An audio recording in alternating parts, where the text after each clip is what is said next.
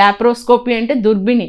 ఈ దుర్బిణి అనే యంత్రాన్ని పొట్టలోకి పంపించి పొట్టలో ఉన్న యూట్రస్, ట్యూబ్స్, ఓవరీస్ అన్నీ చూస్తామన్నమాట. దీనికి కారణాలు, ఇండికేషన్స్ ఎలాంటి పరిస్థితుల్లో చేస్తాము అంటే, ఒకటి డయాగ్నోసిస్ తెలియకపోతే డయాగ్నోసిస్ తెలుసుకోవడానికి చేస్తాము. ఆ తర్వాత ట్రీట్మెంట్గా కూడా చేస్తాము. ఒక్కొక్కసారి 2 డయాగ్నోసిస్ అంటే వ్యాధి నిర్ధారణ, ట్రీట్మెంట్ 2 చికిత్స కూడా లాప్రోస్కోపీ ద్వారా చేయొచ్చు.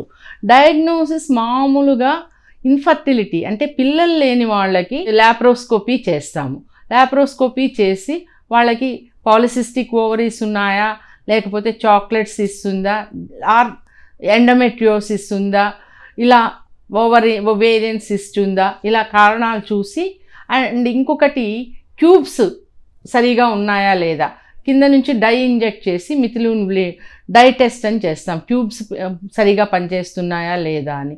ఇవన్నీ లాప్రోస్కోపీ ద్వారా డయాగ్నోసిస్ కోసం చేస్తాము. ఓవరీలో సిస్టులు కానీ, ఫెలోపియన్ ట్యూబ్ బ్లాక్ ఉంటే క్లియర్ చేయడానికి కానీ, తర్వాత గర్భసంచిలో కణుతులు రిమూవ్ చేయడానికి కానీ, పిల్లలు అవసరం లేదు అంతా అయిపోయింది ఏదైనా ప్రాబ్లం ఉన్నప్పుడు గర్భసంచి రిమూవ్ చేయడానికి కానీ లాప్రోస్కోపీ పద్ధతిని ఉపయోగిస్తున్నాం. ఇంతకుముందు ఏ ప్రొసీజర్ అయినా ఓపెన్ మెథడ్తో చేసేది, ఇప్పుడు లాప్రోస్కోపీతో ద్వారా చేస్తున్నాము. అండ్ క్యాన్సర్ సర్జరీ కూడా, ఓవేరియన్ క్యాన్సర్ కానివ్వండి, యూట్రైన్ క్యాన్సర్ కానివ్వండి, సర్వైకల్ క్యాన్సర్ ముఖద్వారంలో వచ్చే క్యాన్సర్ కానివ్వండి, దాన్ని కూడా లాప్రోస్కోపీ ద్వారా చేస్తున్నారు. ఆ లాప్రోస్కోపీ ద్వారా ఇవన్నీ అంటే uterus, cervix, tubes, ovary remove చేయటమే కాకుండా లింఫ్ నోడ్స్ అని ఉంటాయి, అంటే అక్కడికి ఈ డిసీజ్ స్ప్రెడ్ అయ్యే అవకాశం ఉంటుంది. ఆ లింఫ్ నోడ్ కూడా రిమూవల్ కూడా దీని ద్వారానే చేస్తుంటాము. ఇది అడ్వాంటేజ్ ఓపెన్ మెథడ్ కంటే, అంటే పొట్ట కోసి చేసేదానికంటే లాప్రోస్కోపీ ద్వారా అడ్వాంటేజ్ ఏమిటంటే మనం అన్నీ క్లియర్గా చూస్తాము.